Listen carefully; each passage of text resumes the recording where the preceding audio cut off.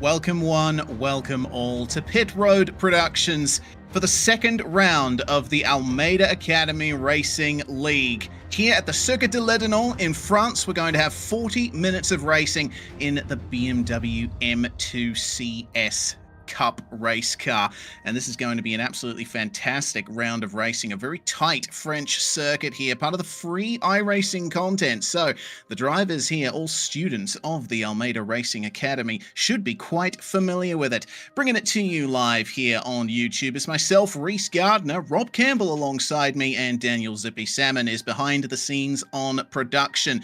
Oh, Rob, I've been looking forward to this one for quite some time. I think Ledénon suits these cars very well. I think you're right, Reese. This is a fairly new track to the service, I think within the last year and a half or so. So it's still fairly fresh to a lot of drivers out there, but I think we were talking off air. You're a big fan of this track. I haven't raced it a whole lot, but I'm definitely a fan of tracks with a lot of elevation changes, and that's what we're going to see here tonight at Ledénon. Oh yeah, definitely. It's built in an old quarry in the countryside of France, is this track. It's been around since the 1970s, and it's got heavy braking zones aplenty, loads of hairpins for you to send up the inside and potentially be able to put into practice some of what the coaches at the Almeida Racing Academy teach you. Really looking forward to this. As we come into this round's event, qualifying underway. Let's check out how things went last round for the teams. Drivers sorted into teams based on their iRating. Everyone has an even spread of iRating out of the 160 drivers that have signed up for this league. Team Orange is currently leading the way on 1,069 points. Blue not too far behind them. It's very close between teams Green and Black as well. So looking forward to seeing how the standings jig around here, Rob, with round two shortly in the books. Yeah, definitely. We followed the top split last week. Now, for viewers out there, there's actually 4 different splits, so the standings are all kind of mashed together with the results of the drivers throughout those 4 splits, and we saw a real competitive Team Green, who we'll see again here tonight at Ledénon in the top split. But taking a look at the overall standings from last week, we see Mahid Rahman up top with 100 points. I believe he went back-to-back in split 4 for wins. Andrew Moran currently holding down second spot. And Yusos Yacint in third with 97 points. And then we see the rest of the top 10 there. Michael Dowd in fourth, Philip Fontes in fifth, Simone Mellis in sixth, Mike Delure in seventh, Fernando Alfonso, not to be confused with Fernando Alonso, in eighth, Angus Lemon in ninth, and Sean Haggerty rounds out the top 10. Yeah, certainly does. Of course, the standings still very close indeed, these being based on the results of the first round. We've only run 1 round so far in this championship, so there's going to be 5 more to go, including this one. So keep your eyes peeled for some interesting action here. The teams have already had 1 round to set things up here, and they get ready to go through into round 2, see if they can actually settle themselves in. Hey, you can see Steve Myers and Dale Earnhardt Jr. there on the castle just outside the track. Nice to see. They are present at every single track on iRacing. You just got to know where to look for them. Well, as qualifying gets underway, we follow the drivers around, and currently Leon Bentvilsen is on provisional pole position, and he is driving for Team Blue. Let's get on board here with Kevin here for a qualifying lap. Kevin Adrian, as he comes into the triple gauche, the first sequence of turns here at Ledénon. Very difficult to keep up your apex speed here, and you've got to be super careful not to run too far over those curbs, Rob. Otherwise, you're going to compromise your run around the whole rest of the circuit. Definitely, for sure. We saw last week where the M2 has a tendency to get real loose if you get the back end of that car up on some curbs on power a little early. We saw many drivers at Winton, which is a track last week with some really massive curbing. Those red and white curbs at Winton were real heavy, and we saw drivers lose the back end. So with the elevation changes, a lot of blind corners here, drivers are going to have to use the track width as much as they can. They're going to have to be real cognizant of how they're placing their car on the curbs, not lose the back end tonight, Reese. Yeah, indeed. I drove the M2 myself the other day around Winton, and let me tell you, those curbs really did a number on the car. This car doesn't have very sophisticated suspension. It goes over those bumps wrong, then it just pogos its way around. You got to really be careful about your car placement here. Running down to the end of the lap now here for Kevin Adrian. Very difficult braking zone through the S's and up the hill to complete the lap here at Ledénon. It is about a 90-second lap or thereabouts in these cars. Kevin Adrian across the line is going to set a 129.9. That is good enough for a position in the top 10. Awesome stuff. Yeah, nicely done by Kevin there. He's looking strong out there tonight. So we were seeing a lot of the usual suspects from last week up at the top. Anthony Lanassa currently in second in the standings right now. We saw him actually qualify on pole last week and then have an unfortunate incident halfway through race one. So he'll be looking to recover from that. Leon Bentvelzen in P1 currently. That's a new name. I don't remember seeing him last week. So he's looking to put his stamp on the race here early this week. Andrew Moran currently in third, another driver we saw been around the top of both races, so he'll be a strong competitor out there tonight. Yeah, he certainly will. Following around on Team Blue, Leon through the final corner now, coming up to the start-finish line. He's actually going to go for the pits on this particular occasion. Pit entry, always important. These races are quite interesting, 20 minutes long, and it's unclear exactly whether the drivers will have to go for a pit stop over the course of these races, but if they need to come in for damage or the like, then they'll need to be able to know when to get on the brakes for that pit entry. It's all about learning the track, every single inch of it. That's a big part of what the Almeida Racing Academy teaches you. Well, keeping our eyes peeled on the 13th place car of Jan Jančić, making his way down through the braking zone into the hairpin. Oh my goodness, he lost the rear end on the way into the first corner, into the hairpin there. Very easy to do when you're coming through a curved braking zone like that. Yeah, these cars are basically one step off from a street version of the car that you would pick up at the showroom. So there's not a whole lot of sophistication, as you mentioned, as far as aerodynamics and suspension. They basically give it a little stiffer suspension, throw a wing on the back, a couple of cunards on the front bumper, and that's about it. You're out there on track. And I'm just having a quick look at some IRL results, lap times for some similar pace cars at Ledénon here, and it looks like the GT4 category and TCRs, which they run in real life around here, they're doing about 125.7 to 126.6 as quick lap times. We're seeing our drivers out here tonight in the 128, 129s, just to give you a rough idea of what type of speed and handling these cars have compared to GT4 and TCR machineries, which are a little bit more purpose-built race cars versus this more of a showroom stock type of class. Yeah, what I have noticed, having driven this car quite a bit on the sim myself, it's got some very interesting characteristics. It's got hard tires that take a while to come up to temperature, and I think that's a big reason why you're seeing drivers set multiple laps at once in this qualifying session. They want to keep that heat in the tires. When you come into a corner, it likes to understeer. You want to try and rotate the car a little bit on entry just to get it pointed towards the apex. But then when you get on the power, the rear end loves to swing out. And the gearing, being based on a road car, is also a little bit strange compared to what you see from racing gear ratios. So you need to be aware of that as well. Definitely. And on the tires, they also have to be mindful, as you mentioned, Reese, that they're not a super sticky slick where they have to get them up to temp, but they can also overheat the tires very quickly, and then it's a complete opposite end of the spectrum where they've got no grip because the tires overheated and they're battling again, slipping and sliding around the track in this real hot hoop. Yeah, indeed.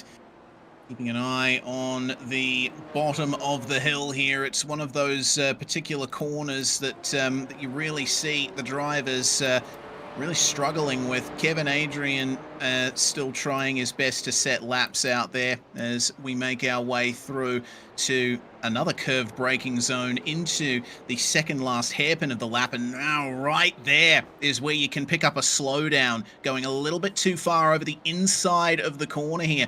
Ledénon's one of those circuits where you can definitely see a lot of tarmac runoff, very tempting to use that runoff to try and increase your lap time, but the sim will ping you if you push it.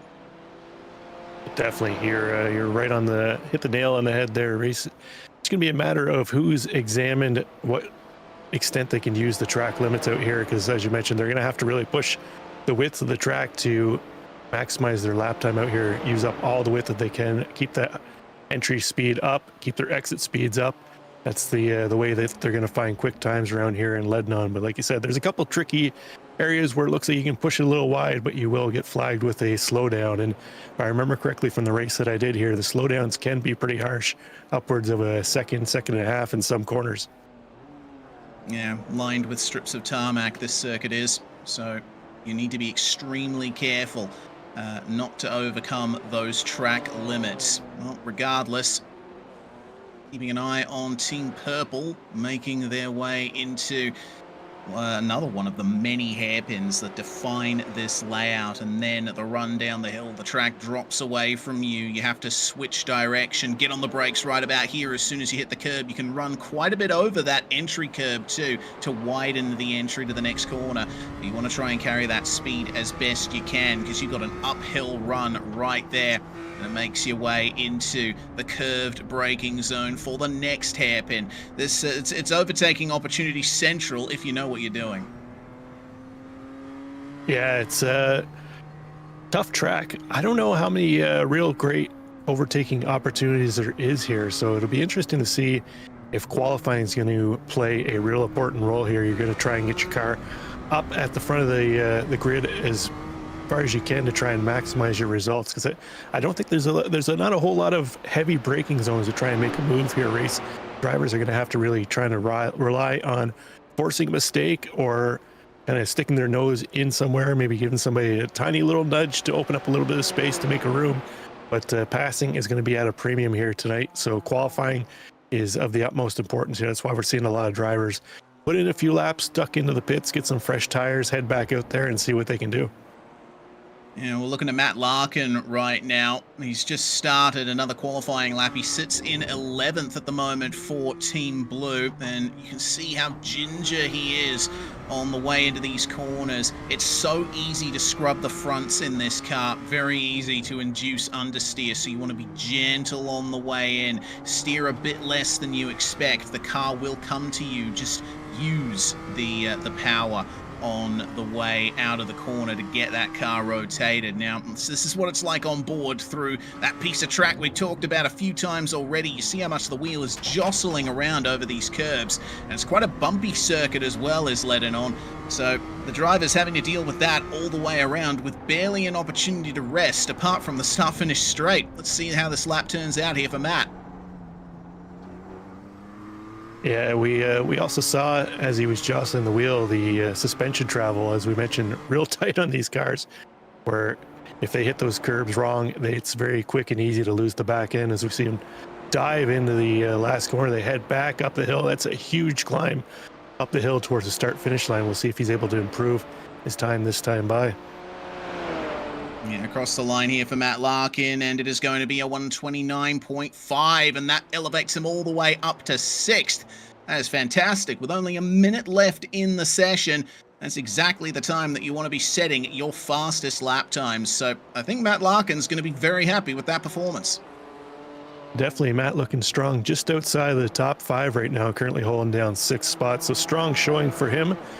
He's got a little bit of time to catch up, currently sitting about 900ths back from pole. So our top 10 actually are fairly close on time. We're seeing just about, 1 second separating them, so real tight times up on the top 10. We'll see how that plays out as the race moves forward, see if there's some drivers that can work together as far as teams. Right now we're not qualifying as teams, everybody's out there individually, but they can actually link up as it is open qualifying, so everybody is on track at the same time. putting in laps. We haven't really seen any teammates kind of join together, use the draft. I don't know how much the draft is actually going to be an advantage here tonight, but any little bit of air you can get off the car ahead to increase your lap times will be an advantage as we just see qualifying wrap up. Yeah, indeed. It is a heat session, so that means a hard cut to the end of qualifying. And that means we can go pretty much straight to the grid for the first heat of the night. Leon Benvelsen has taken pole position by a mere 600ths of a second over Andrew Moran. Anthony Lanasa is going to qualify in third place, starting alongside Fernando Afonso. Aitor Fernandez Blanco and Matt Larkin round out your top six. Sebastian Diefenbach is going to start in seventh place alongside James Conrad, and the top 10 rounded out by Adam Mika and Kevin Adrian, the Weekend Warrior, starting out there in 10th place. Ivo Serafimov and Abdul Rahman Mahmoud will start 11th and 12th. Alessandro Ranieri in lucky 13th alongside Jan Janchik. David Kent and Valdas Vansavicius start in 15th and 16th. Mike Sargent, Yifan Chow, AJ France, Urs Muller rounding out the top 20. Zoltan Zomotor, Ryan Luna, Kane Halliburton, our coach, present in the session, as well as Connor Bell at the rear of the grid. 24 cars here in Split 1, ready to get things going. And I'm really looking forward to this start. It's going to be a rolling one behind the iRacing pace car. So that means you need to be aware of the call of the green flag and get on the power as quickly as you can. Definitely. It'll be interesting to see as we've got a mixture of teams in the top four. We've got 4 different teams in top 4, and then it looks like Team Blue, it'll be the first representative to have 2 cars in the top 6. So we'll see if they're able to link up nose to tail. As we saw in race 2 last week, Team Green was able to lock out the podium with all 3 spots, and they once they got linked up together, they worked together to maintain that position. They had a little bit of a charge from a Team Purple car, and they were able to hold them off towards the end. We'll see if team orders play again here this week. As we see from the blimp shot, we got a few green cars. Looks like all 4 of Team Green are in the top 10, so Team Green looking strong again here this week, Reese. Yeah, certainly are.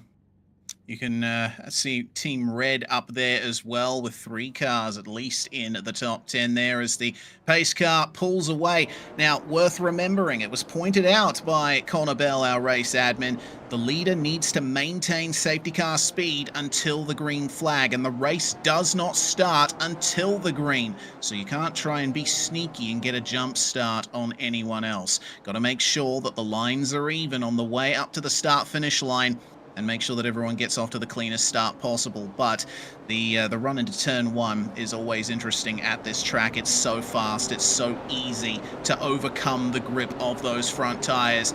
So safety car speed being maintained by Leon Benvelsen as they make their way to the grid portion of the racetrack in round 2 of the Almeida Racing League.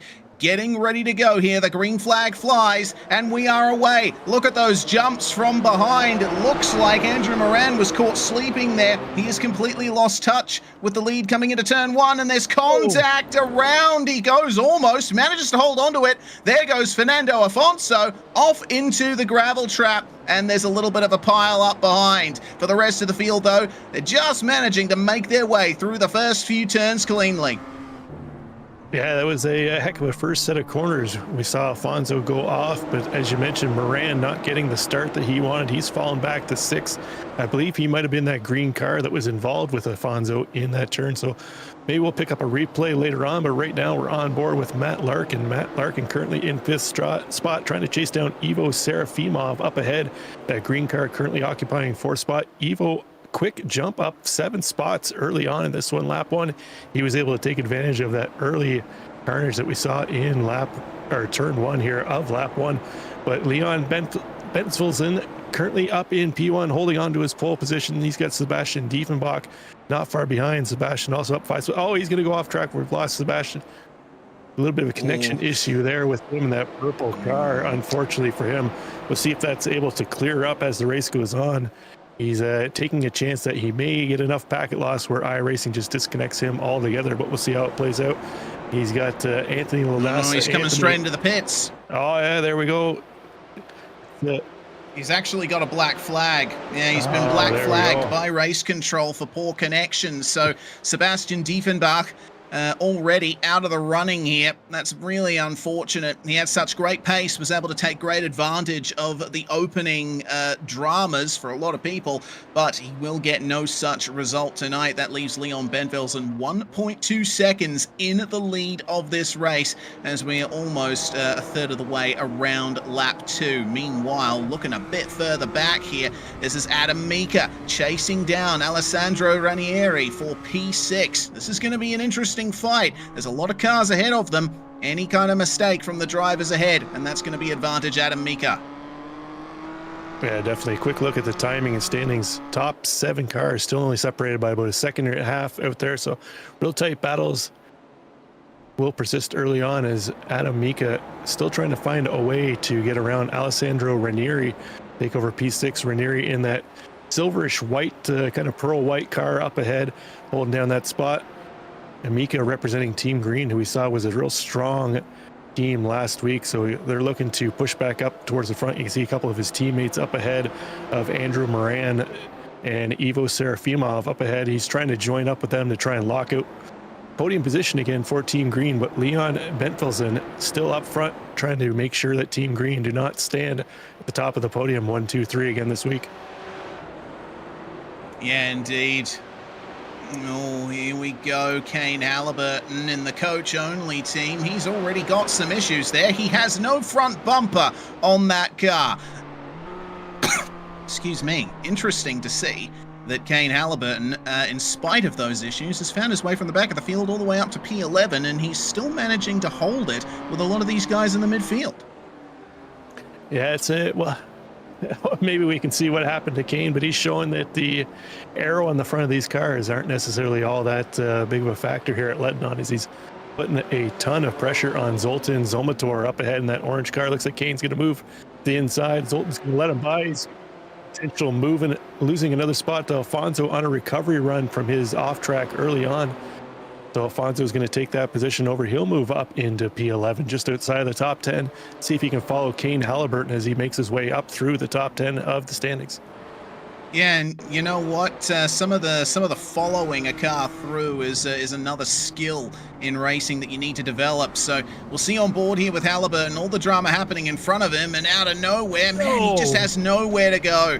Sometimes that's just how it works out. The carnage happens in front of you, and there is absolutely nothing you can do to avoid it. Well, that's how he ended up losing the front end of his car, but at the very least, he might have some extra cooling on board that BMW M2. Yeah, you can see with the positioning of the cars, there was no possible way for Kane Halliburton to get through that. But regardless, the move that he made, and Fernando Alfonso following him through there, that is a fantastic skill that you can develop with the Almeida Racing Academy as well, being able to read the room, so to speak, and find your way past someone with a move from the cars ahead. As we keep our battle eyes trained here, this is a very interesting fight. Looks to me like Kevin Adrian, no, my apologies, it's the battle for third. It's, oh no, oh, around he goes, oh wow. That's Ivo Serafimov and Matt Larkin that have both lost positions there. That's promoted Andrew Moran up into third place. Yeah, that was unfortunate there. We saw a real tight battle. I think that was for P3 at the time. But Diva Vanov just sticking the front end of that nose in a little bit, and he waits. Gentlemanly move, realizes that he was a little bit at fault there, pulls off to let the car get back on track and continue on. Yes, fortunately, not too much in the way of damage for Ivo Serafimov, but he does have the damaged Kane Halliburton right behind him. Let's see if Kane can try and find his way past here. See how he was lifting off a little early there. He's focusing on the exit. The start-finish straight here at Ledénon is one of the few places where you can very easily make a move if you nail the run out of the final corner. That's exactly what Halliburton's trying to do there, but I think the straight line speed of that car is compromised slightly. He'll have to try and look for a move somewhere else. Yeah, I think Kane, he might just be, as you mentioned, sitting back, biding his time, waiting for a mistake from car up ahead. A little bit of a different line. We see some debris getting thrown up on the track. that played a little bit of a role last week with the tight confines of Winton. We started to see, as we see Halliburton duck underneath Serafimov. That's going to promote him up into P8 now. Halliburton up 15 spots, but as I was saying, tight confines last week of Winton, we started to see a lot of debris getting thrown up on track, and we started to see some drivers drop a tire in there and losing the back end. There's a little bit of contact between the red and gold car there. Like Afonso trying to make a move in around Jancic now. Jancic, we saw, just had a little bit of a touch. Oh, he gets up on the curb, loses the back end. Goodness. Oh, Afonso. Whoa, three wide. Three wide. Jancic in the middle of the right car. How they all made it through there, I have no idea. But Jancic giving him the razzle-dazzle with the headlights. Not overly impressed with that move, but they all managed to make it out. They can carry on and battle again. What a move by Matt Larkin in the blue car to take advantage of all of that. You saw him slip through like it was nothing. That's what I keep saying about reading the room. You got to try and see the battle ahead of you, figure out a way through it, hope that the cars ahead of you run into each other. If it looks like they're racing aggressively, you can just hang back, bide your time, and when they inevitably come together and slow each other up, you can just zip on through and get a couple of freebies. That's exactly what Matt Larkin did there, and he's making quite a good recovery, I have to say. Remember, he had his issues earlier, and he qualified quite well in 6th place. Well, he's not too far away from 6th here. We still have 12 minutes left in the race. Yeah, still plenty of time to make moves out here tonight. The incident we saw earlier with Larkin was with Serafimov, and they're now nose to tail again, back on track. Larkin in the blue car, Afonso in the purple car just ahead, and Serafimov in that green car. So our 3 drivers who have produced a lot of excitement the last couple laps are nose to tail here. So we could see a little more kicking off here between these 3. A lot of battles, intense battles, nice racing, a lot of excitement. We love to see it. Yeah, absolutely we do. Very action-packed here. And by chat request, Fernando Afonso's start here, he's stuck on the outside of turn 1 there and lost the rear as well as everyone came together ahead. And he went on a big old trip through the gravel trap. And, you could see the incident happening there. He had no choice but to go off the circuit. But I think that actually helped him. He was far away from the center of the carnage. Yeah, by ducking out to the right, he was able to avoid all the damage just last time, and that's why we're able to see him charge back up through the field as we join the battle for P2 here, as Andrew Moran in the green car has been able to catch up to the back of Anthony Lanassa. These are 2 drivers who were real fixtures at the top of the standings last week, so it's no surprise to see them here battling it out as we're about halfway through this one, so still plenty of time to go for Moran to try and make a move on Lanassa. He looks to the outside. Lanassa covers off the inside, able to hold him off. Moran looking left, looking right, trying to force a mistake from Lanassa. Lanassa keeping a cool head right now. A little bit wide there, throwing a little bit of wide car. Moran going to look to the inside. We'll see if he's able to hold it off. He's got the inside to the next corner. He should be able to make this pass stick. And there, see, we move Andrew Moran up into P2. Anthony Lanassa is going to move down the 3rd. Now we can see if Moran's got any kind of pace to chase down Leon Bentfelsen up ahead in P1. Yeah, I was going to make the point that, it's a great battle. Really love to see it, but as we see for Kevin Adrian, a bit of a problem there, hitting a bit too much of that curb on the way in, and the apex curb turning him around there. That's a very sad spin there for Kevin Adrian. He finds himself down in 18th after all of that. Moran and Lanassa, it is a great battle, but they're giving each other enough grief that they haven't been able to really catch up to Bentfelsen. Potentially, Andrew Moran, having qualified 2nd, I mean, on pace alone, he should be ahead of Lanassa. Now that he's completed the move, might be able to try and fight his way forward. He gained a 10th on Leon Bentfelsen in the last few moments, so the race may not be over just yet. Yeah, definitely. Moran looks like he's got some pace. He's managed to close off a couple tenths, as you mentioned, just this lap on Bentfelsen up ahead. So now that he's gotten by Lanassa, he's opened up a bit of a gap on Lanassa, so Moran definitely had a little more pace, but Bentfelsen following up to a little bit of traffic up ahead. We're starting to get into the back half of the field, so be able to see who's got maybe a little bit more skills negotiating through traffic, who hits traffic at a more advantageous corner or straight to move their way through. As we jump back now with AJ France in 13th place. This is a battle between excuse me, he and James Conrad up ahead. Conrad currently holding down 12th spot. Zoltan Zomador up ahead in that orange car in 11th. And rounding out this pack right now is Jan Jancic in P10. So four-way battle for 10th spot right now.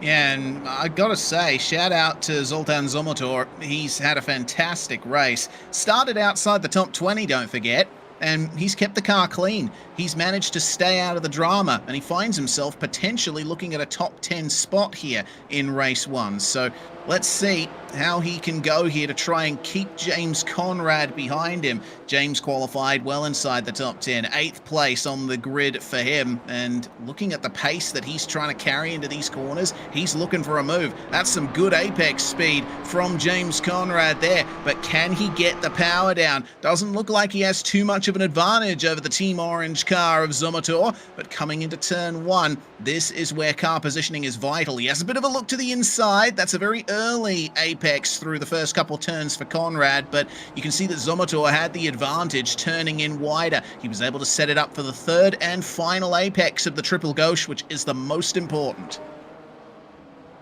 Definitely. We see he's keeping the pressure on, but we've got one of the black cars of AJ France sneaking in behind and trying to lurk in on the back of this battle, trying to be a issue with these cars up ahead. All right, I just got it. My apologies, I had to clear my throat there, but Zomador is still trying to find a way around here. Janchik doing his best to hold him off, as we're now down to about 6.5, 7 minutes to go in this one, getting down to the crunch time where drivers are really gonna have to start pushing forward, trying to make up as many positions as they can.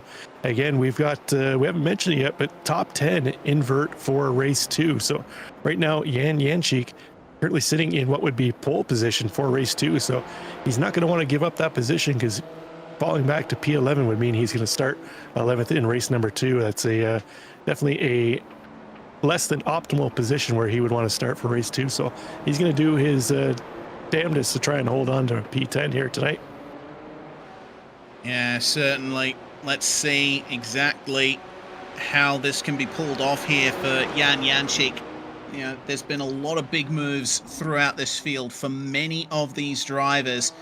I think the most positions gained, though, belongs to Kane Halliburton. Started 23rd in the last of the cars that started this race, and up into 6th place now as we find our way through to the braking zone for this hairpin once again, just ascending downhill and then climbing back up the hill once again. Can Zomotor keep holding off the likes of James Conrad and AJ France? France is another car that has made up quite a bit in this race. Started 19th, up to 13th place, potentially looking at a top 10 if there's a problem for Janchik up ahead.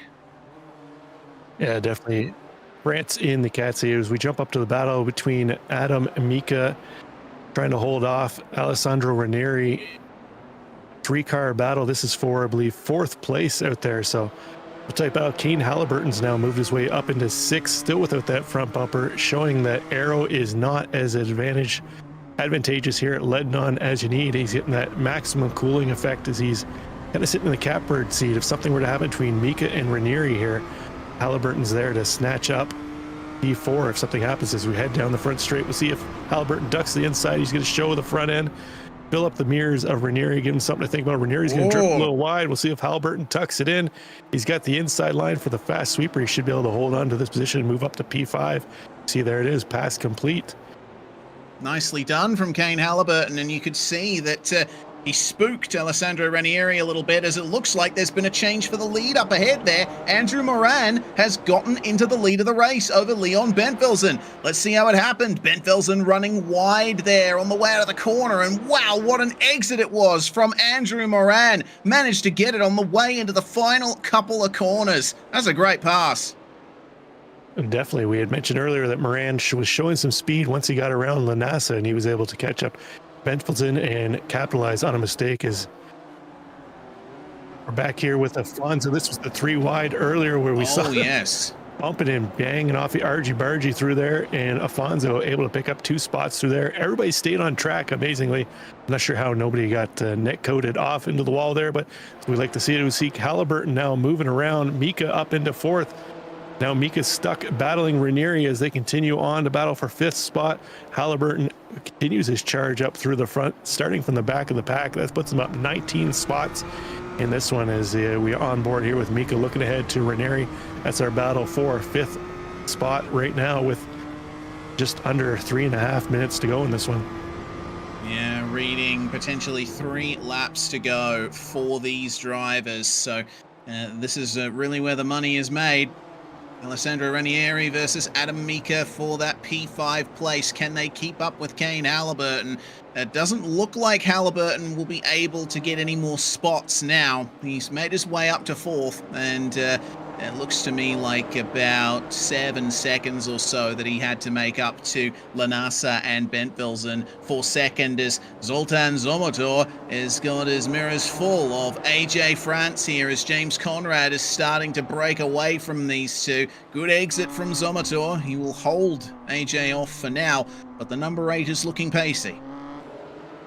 Yeah, we were watching this battle earlier where France had caught off onto the back of them, but looks like Conrad's been able to move away from Zoltanor, and Zoltanor now having to deal with France. As only a few laps left to go in this one, so time might be an enemy here for France to try and make that move on Zoltanor, as right now he's running out of time quickly. There certainly is. 2 minutes remain in this race, and the battle continues on further up ahead.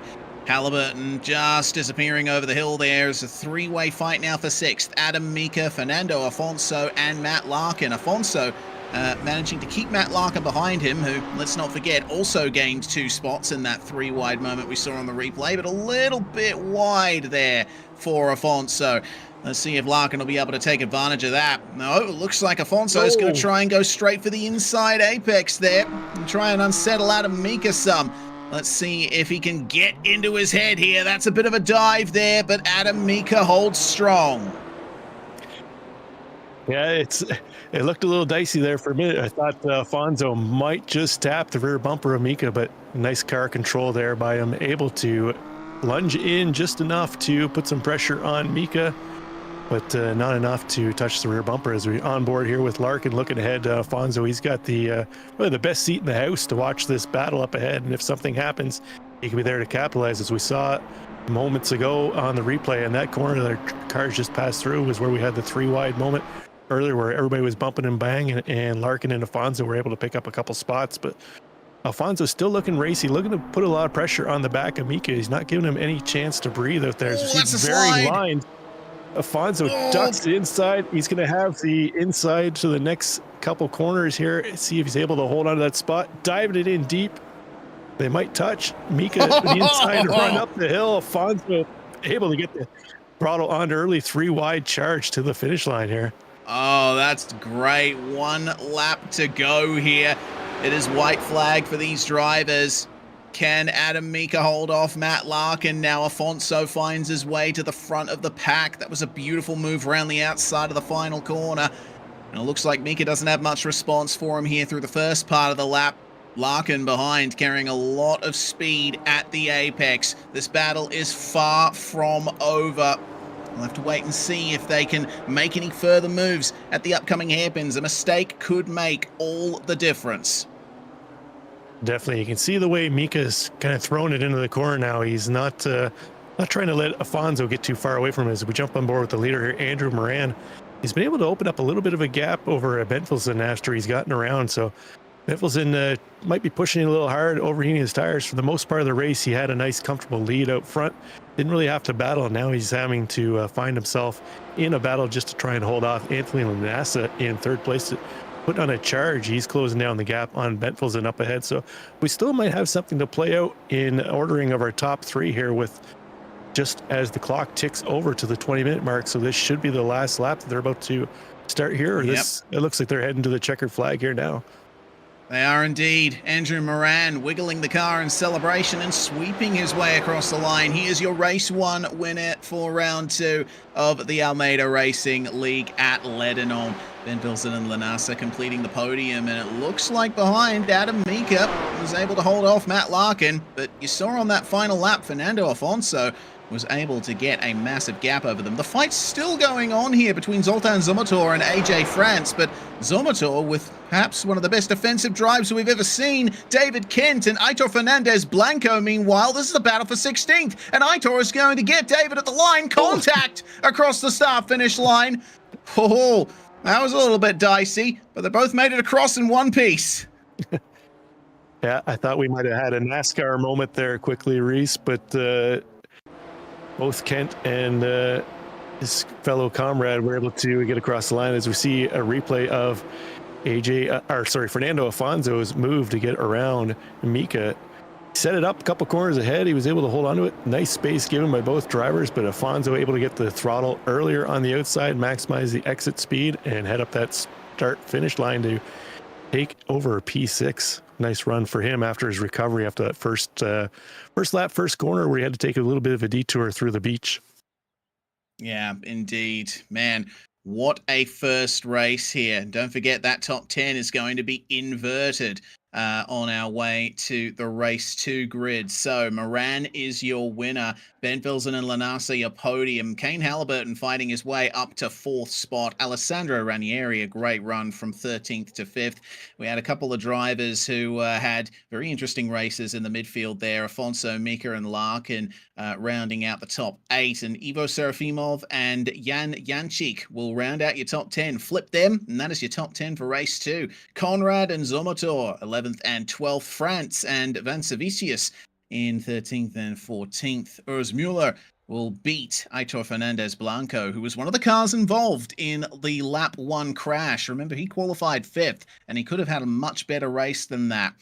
Regardless, it is 16th for him from race 1. Kent, Kevin Adrian, Luna, Mike Sargent rounding out your top 20 with Abdul Rahman Mahmoud, Yifan Chow rounding out your field. Sebastian Diefenbach with those technical issues was not able to make it more than a few laps into the race. And so it looks to me like his night might be done from here, but we have to see.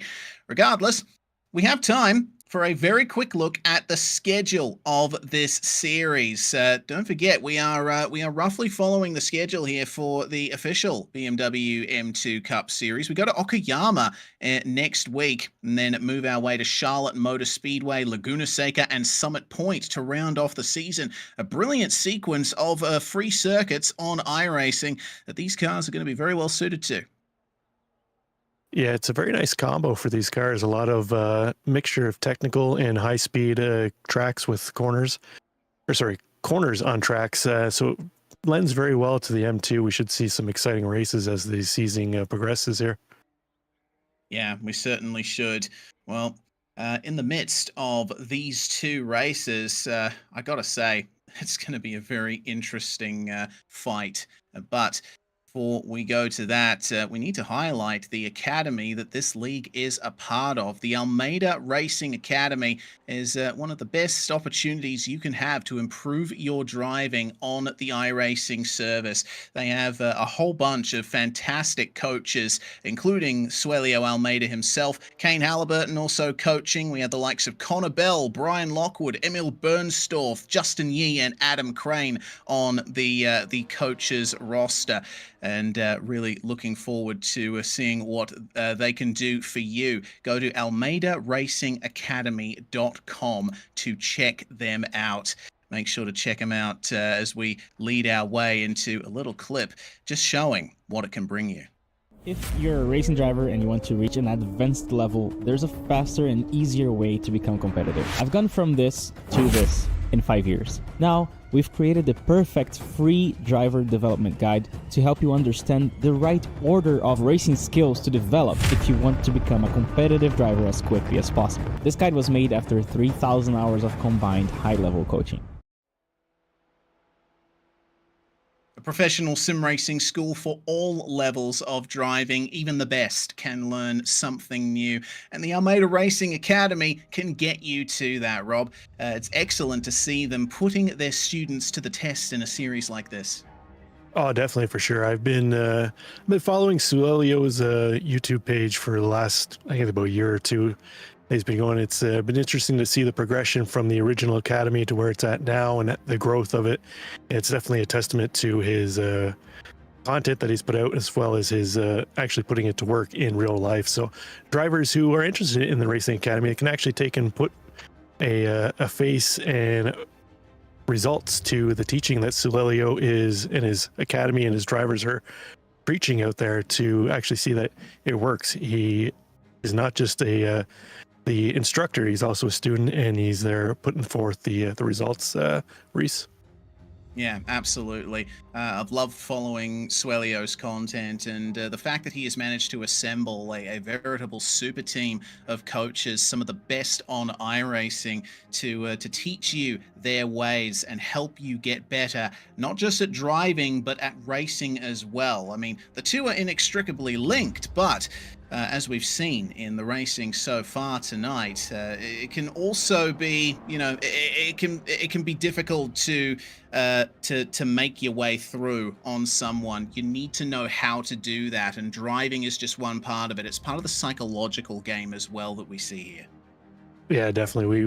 We mentioned a couple times where it takes a few corners to set up a move here, where there's not your real opportune passing opportunities where you'd see a lot of other tracks. We get a long straight, and then you're, just kind of getting later on the brakes, trying to dive it into the corner, where you really got to think about it, try and set it up a couple corners ahead, try and force the car a little wider, try and make a move. So it's be interesting to see if our drivers learned anything from race one, somewhere where they may have been a little quicker than the car ahead, carried a little more speed through here or there, and they can set up a passing opportunity. So we'll see how race two turns out with the invert. It'll be interesting to see. Yeah, certainly will. Grid time for the second race of the Almeida Racing League. Round two here at Ledénon. That inverted top 10. Jan Jančík is on pole position here. We went through the results, and well, like I said, we just need to flip the top 10, and that is your starting grid for this second race. So this is going to be a lot of pressure that Jančík is going to be under. He made up 4 positions in race 1, managed to avoid a lot of that turn 1 drama, but now he's going to be the first on the scene if anything happens.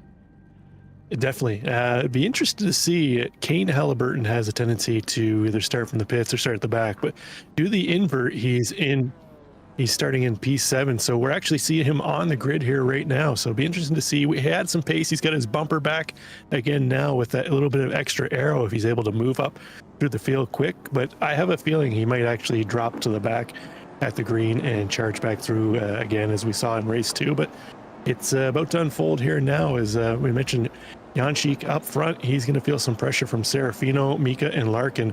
Mika and Larkin, we saw have a tight battle at the end of last race, so they've got some pace. They'll be looking to move up front as quick as possible here as the pace car leads them around to the green flag to start race number 2.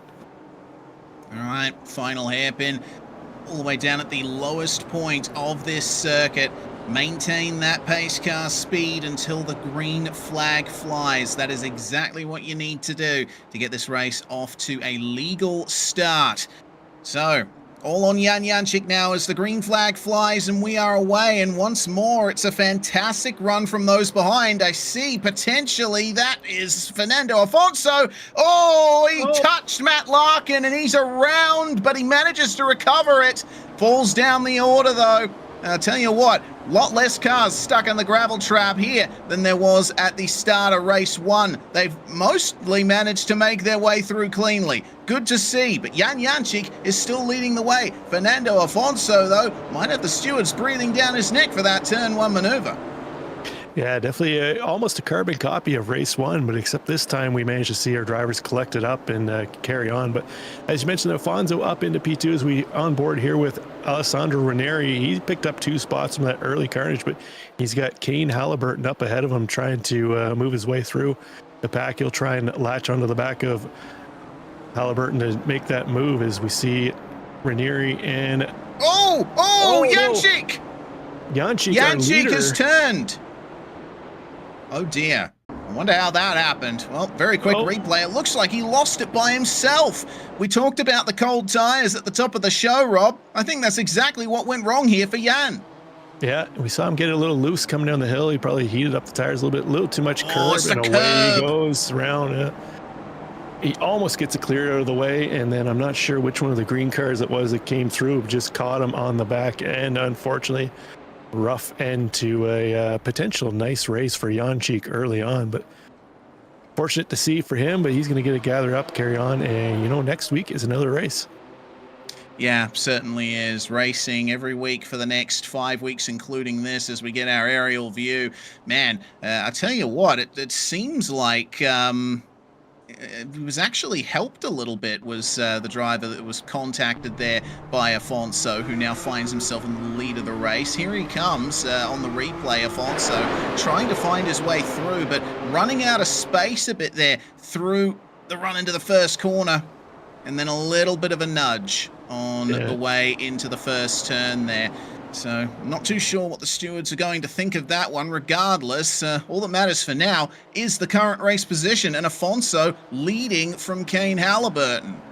Yeah, he's going to have a mirror full of somebody he doesn't want to have a mirror full of Kane Halliburton. So we'll see how quickly Halliburton's able to catch up, if Afonso's got any defensive tactics to hold him back there, but we'll see how it plays out. As mentioned, Afonso might be having to make a trip to the stewards trailer after this one, but it looked like there might have been a little bit of a block there on Afonso's part. We'll see how the stewards judge it, as we're on board with Kevin Adrian now. Kevin in 11th spot. He's got teammate Yifen Cow in behind. They're trying to work their way up to catch AJ France up ahead. France, we saw, embroiled in a little bit of a battle, similar position to where he was last race. So he knows this well, mid-pack battle well from last race. See if he's able to hold off Adrian and Kiao as they try and make a charge.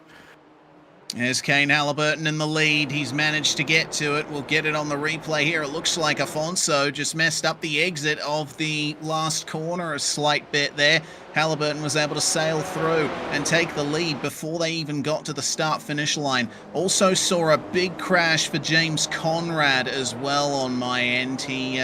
He got a big slide on, and this is one of those occasions where you need to be careful on your correction. He loses the rear end here coming across the curb, and the car snaps the other way, and he goes head-on into the tyre bundles, and that is race over for James Conrad, who finished 11th in race 1, and he was doing quite well besides in race 2. So, real shame for him. He has to wait for the towing time to complete, but you do get one fast repair per race in this series, so he'll be able to get back out there at least.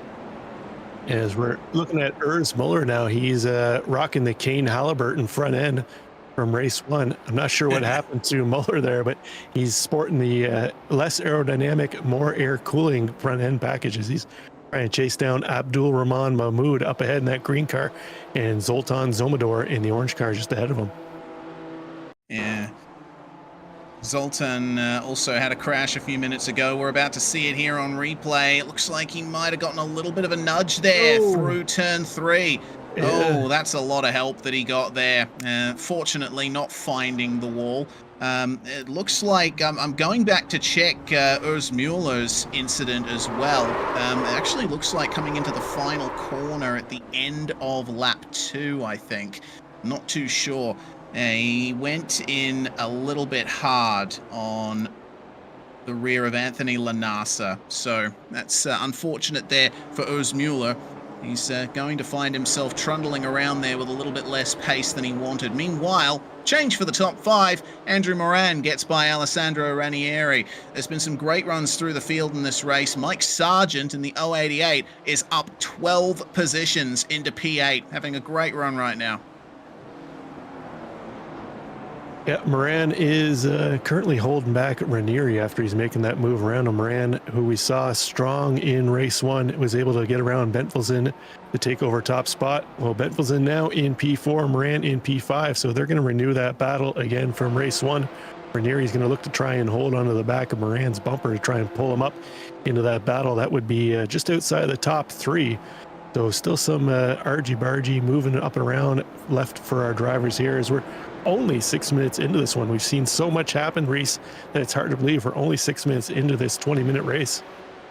Yeah, indeed. Lot of drama, including James Conrad disconnecting from the server. So in spite of that fast repair, it looks like James Conrad is going to see no further action tonight. Meanwhile, big old fight here. Actually, no face on the green car in this little fight here. Anthony Lanasa trying to catch up there to Ivo Serafimov, who is the car in question, missing his front bumper. Battle for 12th. Man, there's stuff happening all over the circuit right now. They've gotten those heebie-jeebies out of the way for the most part from race 1, and they're really racing hard here in race 2. Yeah, definitely. It's not hard to see that some of our drivers have picked up a little bit of, I don't know how much track knowledge they might have had. Ledénon is a track that is common in the rookie Class D series, but once you get into your Class C licensing, Class B licensing, you don't really see it a whole lot. So a lot of drivers probably raced on it quickly as they were gaining their licenses up through the licensing system on iRacing, but then probably didn't really think much of it afterwards. So maybe it's something where they had to relearn the track here. Race 1 would have gave them a real chance to do that in a race scenario where you can put as many laps in as you want in practice race, but until you really get out there in a race and see where other drivers are driving, where they might be ripe for a little bit of an opportunity, it takes that race action to really get that back under your belt. Yeah, indeed. You don't get race results without knowing how to race. That's the main point of this series, putting these students to the test. And Ivo is learning the hard way what it's like to try to get a car to the finish when it's been mechanically compromised. And I gotta say though, he's holding on to those positions very nicely. Yes, he's down a ways from where he was, but he's managing to keep pace with the cars around him, which is more than I could say for myself if I had the same kind of damage. Well, no need to beat yourself up like that, Reese, but Serafimov currently in he's in a 4-car red team sandwich here, the lone green car. He's found every single team red member on track here as he's trying to make a move around Kevin Adrian. That is a battle for 12th spot. Looks like Serafimov with the Kane Halliburton front end is able to move around that spot. That's going to drop Adrian back into 12th place. So we'll see if Serafimov able to chase down Yufin Cao next up on the list up ahead. Yeah, Lanasa, it looks like, has been trying to get by Serafimov for some time, and he's certainly... Oh, that's a bit of a dive there. I think that was from David Kent behind in the yellow car. Now look at this run here from Ivo. He is actually running a nice little move here on Kevin Adrian, or could he? Oh, Adrian just losing the rear end a little into the final corner. That's going to compromise him slightly. And now Ivo has the best run onto the start-finish straight. It's side-by-side up ahead as well. AJ France and Matt Larkin for 9th places. Now Ivo finds himself side-by-side, slightly compromised on the way into the first turn there. I tell you what, AJ France and Matt Larkin, they've been fighting hard here for the last few laps, and Larkin is, I think, getting a little frustrated here behind AJ. It's difficult to find your way past at Ledénon. Yeah, definitely. Larkin was that car we saw have an incident with Alfonso early on, so he's trying to work his way back after that early incident, but we see Serafimov going wide. He's still battling hard with Lanasa makes a dive up in the inside. Oh no, Kent spins around Serafimov. That's unfortunate for Valdez and Civias. He's going to get spun around by, look like, David Kent there. We'll take a look at the replay, see what happened. Kent in the yellow car. He's going to look to the inside. Not enough room there. Tags the back bumper of Civias, and unfortunately spins him around. Solid little bonkaroony that he got there, and you'll find himself down in 19th place, will the 87 of Valdas Vancevicius, as it's still going on here between Matt Larkin and AJ France. It's two battles at once. They're almost 2-by-2 with one car splitting them of Yifan Chao. Kevin, Adrian, and Anthony Lanasa trying their best to catch up here, and this is what I've talked about in race 1. Two cars running side by side for too long. They compromise each other, and now this is looking like a 7-way battle for the top 9. Yeah, we've seen this pack grow. France and Larkin had a bit of a gap over them, but as they've battled, that's enabled the 4-car team battle of the red cars behind to catch up to the back here. So Team Red, no team orders though. We're seeing them dive and battle each other. So it's every man for himself on Team Red, it looks like, out here tonight.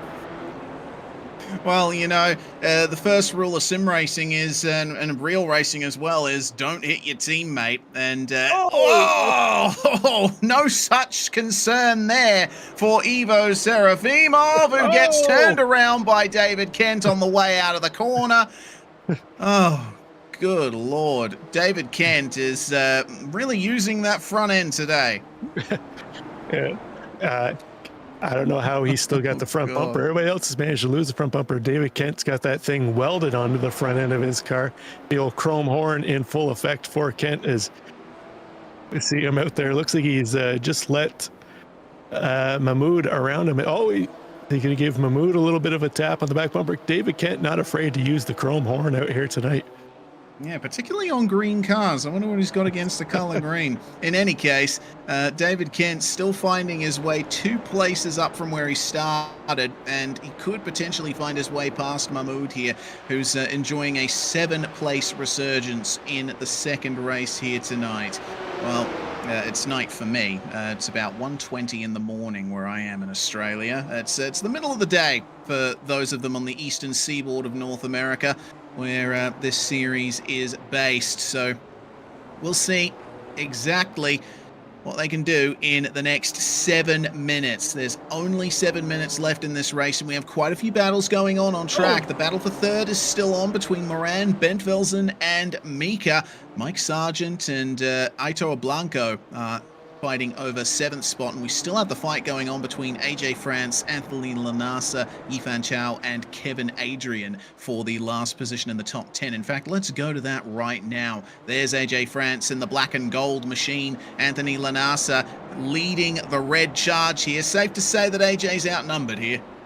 Yeah, I don't know how AJ feels about the color red, but he's got 3 mirrors full of it right now as he's trying to hold off Anthony Lanasa and his 2 teammates, Yifan Chow and Kevin Adrian behind.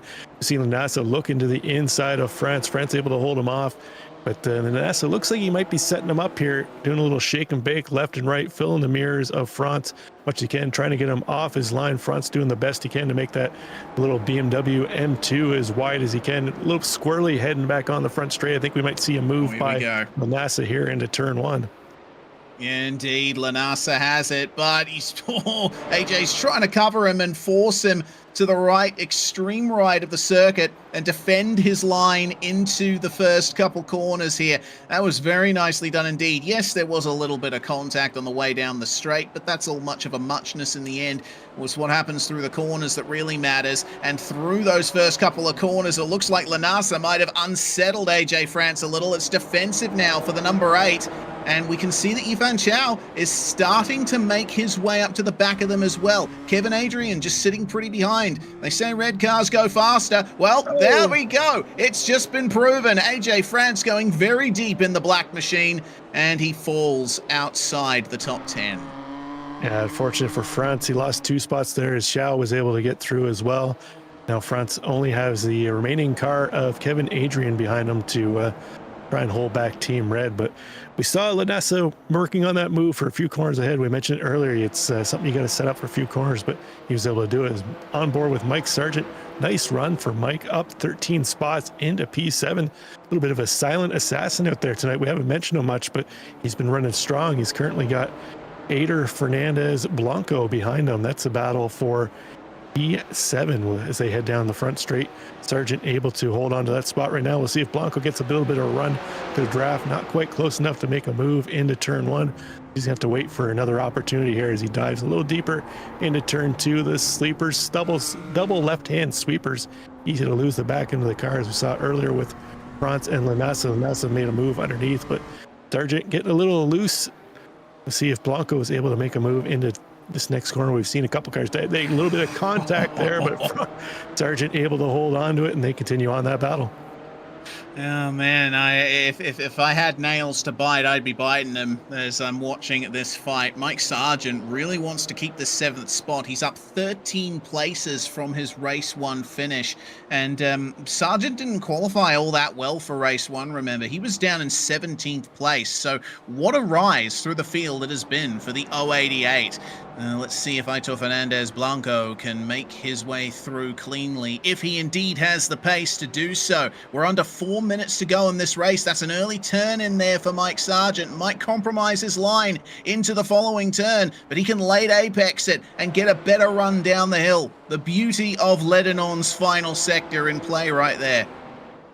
Definitely. I'm just having a quick look at the fast times between these two drivers, and they're separated by only about a tenth and a half. So very similar pace between the two of them. It's just going to matter of who can force the other one into mistake here to hold on to this position. So nice run by the two of them. As you mentioned, Mike Sargent, our biggest mover in this one. So we'll be able to see if he's able to hold off Blanco. Blanco showing the nose to the outside, trying to maximize the speed in through this left hand sweeper. He's going to try and undercut, almost touches the back bumper of Sargent, backs off just enough, as we saw that happen many times before out here tonight. Yeah, car control, mid-corner speed, so important in the opening sector of Ledénon. Need to make sure that you line it up at the final apex. That's the most important one. So for now, it remains in the hands of Mike Sargent here. He's clambering all over the curbs as Blanco to try and get any advantage he can. If you can use those curbs, use them. iRacing doesn't give you any penalty for putting your car across those curbs. You just got to make sure that you keep 2 tires on them most of the way around this track. So a lot of things you can do at Ledénon to try and get it done here, as well as a tight exit up the hill. And that's definitely helped out Blanco there, but it's pretty much a mirror image of the last lap. Can't find his way past. It's protected by Mike Sargent here. And all of this is bringing Matt Larkin potentially into play. Larkin has been quietly gaining time on these two, and he actually gained 6, 7, 8 tenths on the both of them on the previous lap. So keep an eye on that blue car in the background.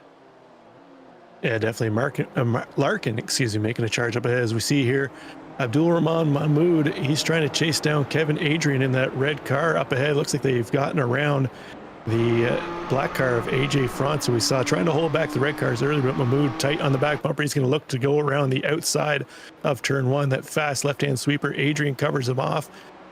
Dives a little wide, though. Mahmoud looks to the inside. It's similar to what we just saw happening with our battle earlier, but Mahmoud, little tap on the rear bumper, able to hold on to it. So a lot of car control on display out there tonight by our drivers. And Mahmoud looks to the inside. I think he's going to have that one as we go to a quick replay here of David Kent.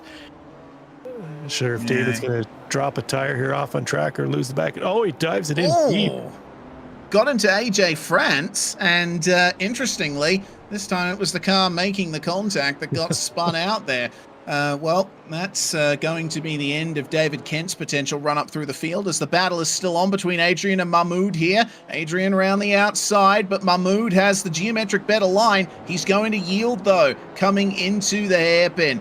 Oh, man. This is great fighting that we've been seeing all the way through this field. There hasn't been any such fight up the front, though. Kane Halliburton is in the lead by 3.5 seconds for the time being, and he's about to come across the line to start that final lap. In fact, he's already started the final lap of the race.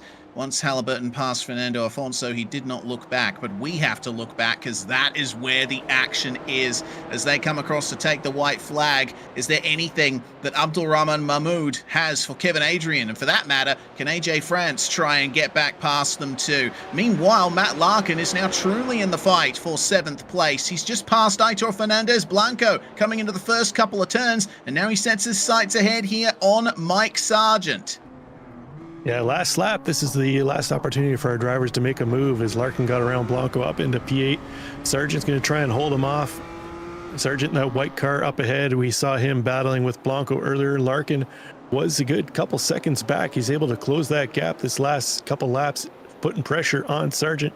He'd really like to take that spot away and try and recover as many positions as he can Remember, Larkin had that first lap incident with Afonso early on, so he's been on a recovery run the whole way through. As we see Mahmoud going a little wide as he's trying to make the run around the outside back with our leader, Kane Halliburton, heading into the final corner, Reese.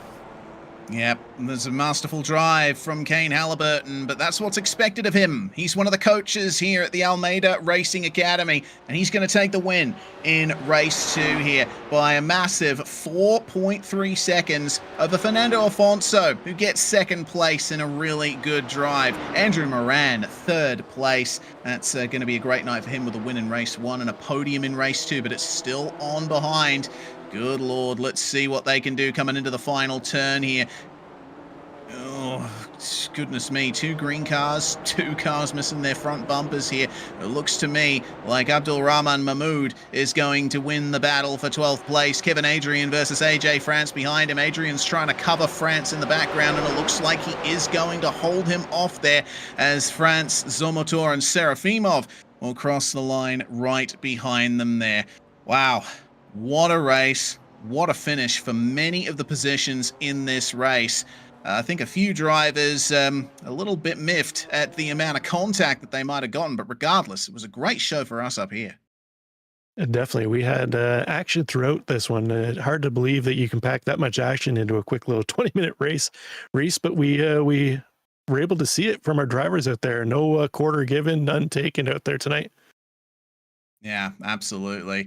Well, the pace car turning its way through as we keep our eyes peeled on the interview booth, waiting for drivers to make their way in and have a chat to us. Really looking forward to hearing some of the perspectives from the drivers about this race. It was certainly a fantastic night of racing.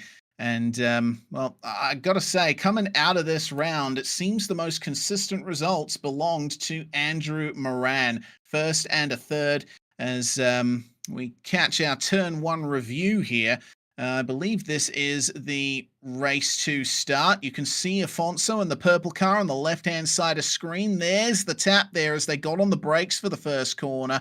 And ultimately, that would end up splaying through the field. A lot of avoiding action having to be taken for drivers behind. Yeah, definitely. That blue car of Larkin, as we saw, he had to try to find his way back through the field, recover off that one.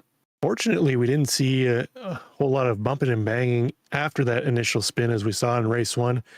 A little bit of argy-bargy for everybody as they continued on through. So none of our drivers really had to tow into the pits like we saw in race 1. So unfortunate to see a car slide, but it's also fortunate enough to see that nobody was really impacted heavily other than losing a few positions in time on track. Yeah, absolutely. Well, there's your results from race 2. Kane Halliburton with a great win over Fernando Afonso. And Andrew Moran coming home in third place. Ben Velzen also had a good night, a second and a fourth with pole position for the first race. Great laps in qualifying. Adam Mika in fifth, with Alessandro Ranieri finishing where he started in sixth. Coming home in seventh place, Aitor Fernandez Blanco, a fantastic run through the field for him, with Matt Larkin and Anthony Lanasa coming up behind him. Top 10 rounded out by Yifan Chow, up 12 spots. Excellent job there. Mike Sargent making it up 9. Unfortunately, it could have been a little better, because remember, he was battling for 7th with Blanco just before. I'm wondering if incident limit might have caught him there, or a spin. Abdul Rahman Mahmoud in 12th place ahead of Kevin Adrian. France and Zomotor and Serafimov rounding out our top 16. Serafimov was the green car on the outside at turn 1. He got involved in all of that argy-bargy. Urs Mueller in 17th place. Valdas Vansavicius in 18th, with the top 20 rounded out by David Kent and Jan Jančić, our pole sitter. What a horrendous first lap it was for him. James Conrad retiring from the race. Ryan Luna and Sebastian Diefenbach did not take to the start. Well, we'll find our way through to our first driver interview of the day. Andrew Moran is about to join us. Looking forward to having an excellent chat with him. He is with us now. Andrew Moran, congratulations on a first and a third tonight. Certainly didn't come easy. No, yeah, it got shuffled down the order both times. It was difficult to come back. It was a bit frustrating the second race. just didn't have the rhythm, but it was good overall. It's good results. Yeah, I think any result that you can salvage at a track like Ledénon is worth something. This is a very tough circuit. Yeah, very. It's definitely probably my second least favorite, behind last week's Winton. So we got better tracks coming up, so I'm more excited. Yeah, indeed. Well, regardless, Andrew, thanks very much for joining us, and congratulations on your race 1 win. Certainly salvaging something great out of a round that turned out to be quite tough for you. Hopefully things go even better next week. Thank you very much. Well, Andrew Moran there, and he will leave us, and we will then be joined by Fernando Afonso, making some great moves throughout the field, stood by with Rob Campbell. Yeah, hi, Fernando. Welcome in. Excellent couple of races out there. We saw you embroiled in a number of battles and a little bit of bumping and banging around it there. Particularly race 2, turn 1. What did you see there? I'm seeing the replay now. I think I made a mistake. When I was racing, I think my spotter say I was on the left side, so I think I was with a bit of overlay, but I seen the replay now and there was no overlay. I was behind the blue car. I think was my mistake. I hit him, and I apologize. I'm sorry for that because was not intending to. I think I don't know. Everything so fast.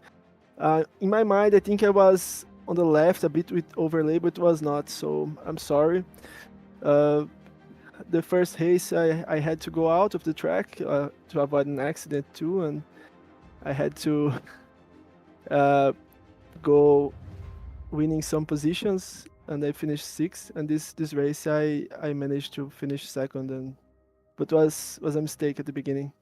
Yeah, definitely. It's safe to say turn 1 is probably not your favorite turn here at Ledénon, but you're able to bring it home P2. We got to say you probably brought the biggest fan club in chat here today, so we thank you for having them all into chat. They were cheering you on throughout the race of this one. How you feel about going into next week? You came into this race sitting in 3rd in the split 1 points. How you feeling about next week, your chances? For next week, I think it's very good because I like Okayama. I think it's a nice track. I have a world record at Garage 61 with GT4 Porsche there, and I think I am very good at this track. Not sure, I never drive it with the BMW, but I think I would be good too. I hope so. Well, we look forward to seeing you next week. Anybody you want to thank before you head out, Fernando? Yeah, my family that they are in the chat and they're cheering for me, I think, on this broadcast. So thank you very much. Perfect. Thanks. We'll see you next week and best of luck. Now we'll go back to Reese, who's caught up with our race winner in race number 2, Kane Halliburton.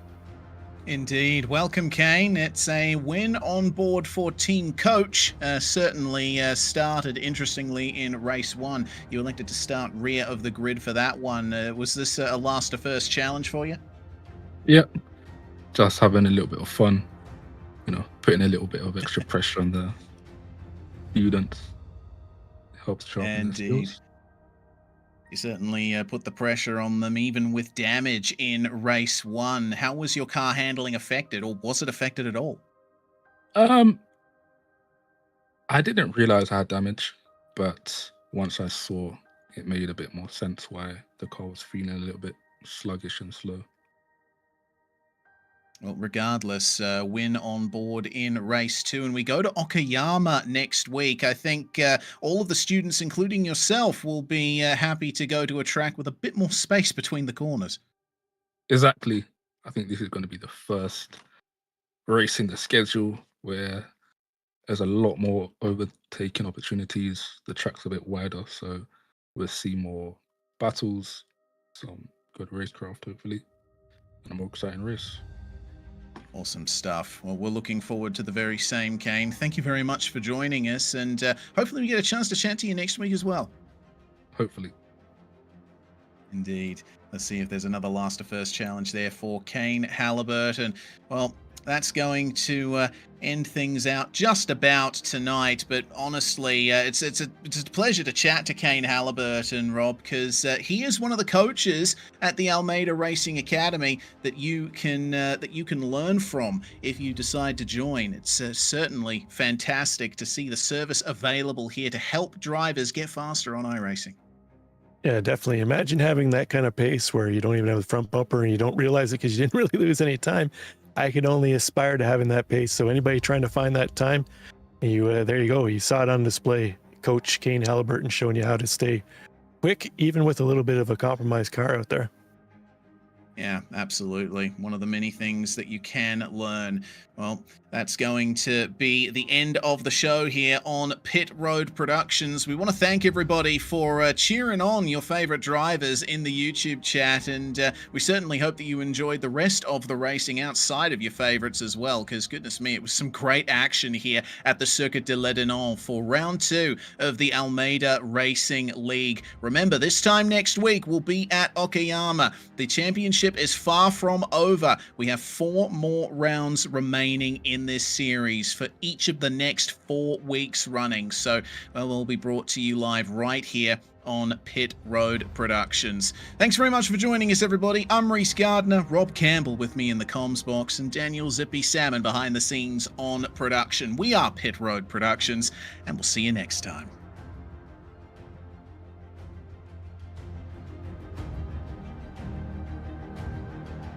If you're a racing driver and you want to reach an advanced level, there's a faster and easier way to become competitive. I've gone from this to this in 5 years. Now, we've created the perfect free driver development guide to help you understand the right order of racing skills to develop if you want to become a competitive driver as quickly as possible. This guide was made after 3,000 hours of combined high-level coaching.